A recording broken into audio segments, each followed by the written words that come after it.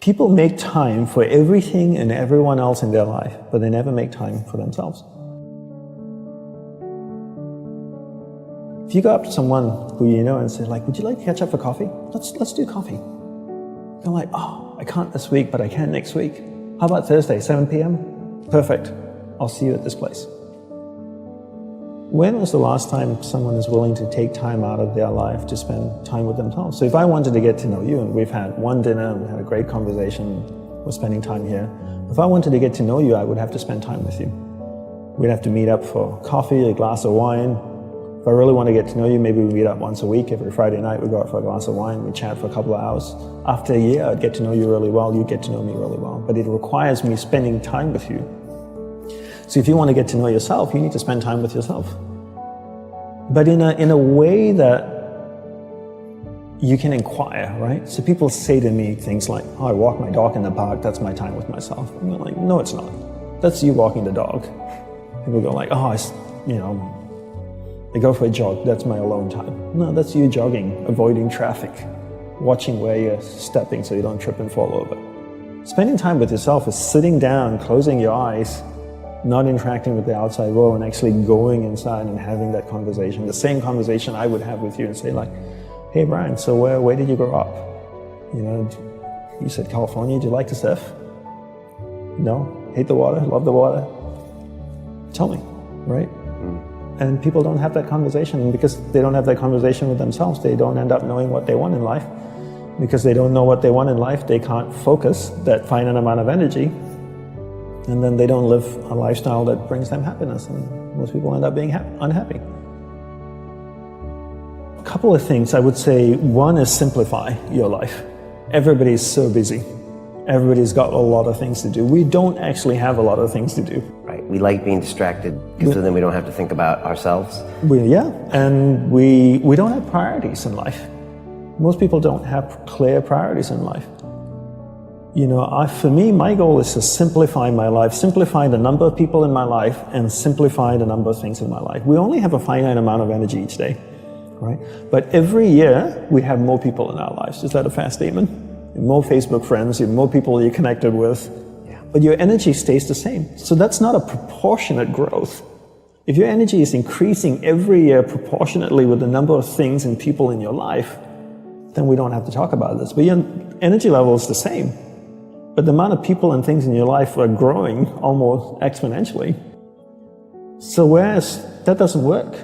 So for me, it's always about simplifying first the people and things into your life, into who and what's most important, taking that finite energy that you have each day and focusing. Second step is learning how to focus and concentrate that finite amount of energy into the people and things that truly matter. Now you start to create a lifestyle that you actually love because you're invested into people and things that matter. And the byproduct of that is happiness.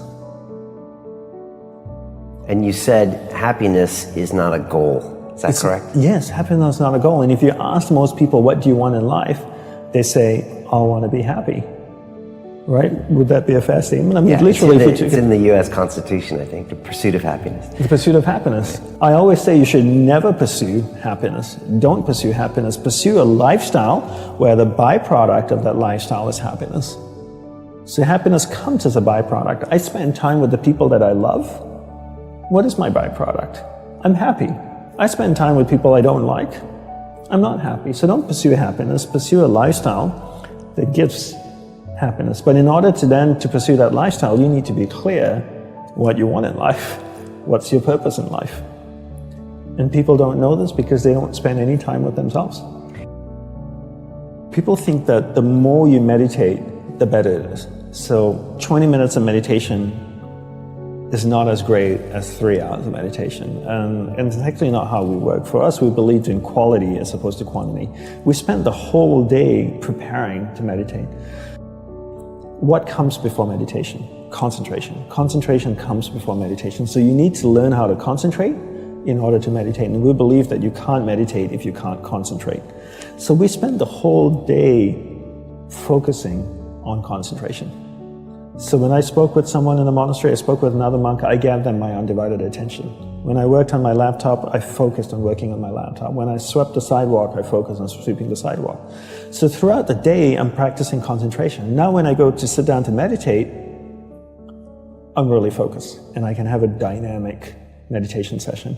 And I always use the simple analogy of, take Usain Bolt, for example, the sprinter, right? I don't know much about him except he won 3 gold medals, fastest man on earth from Jamaica. I can make an assumption, and tell me if I'm wrong, that his whole day is structured. That he eats the right kinds of food and drinks the right amount of water. He goes to the gym. If you look at the boy, he's ripped, right?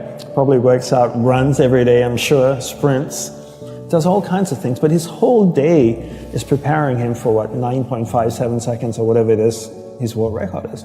Not the other way around. And people come up to me all the time, Brian, and they say, Dhanapani, I'm so stressed out, I've got so much happening in my life. Do you think if I meditate for 5 minutes in the morning, it'll help my whole day?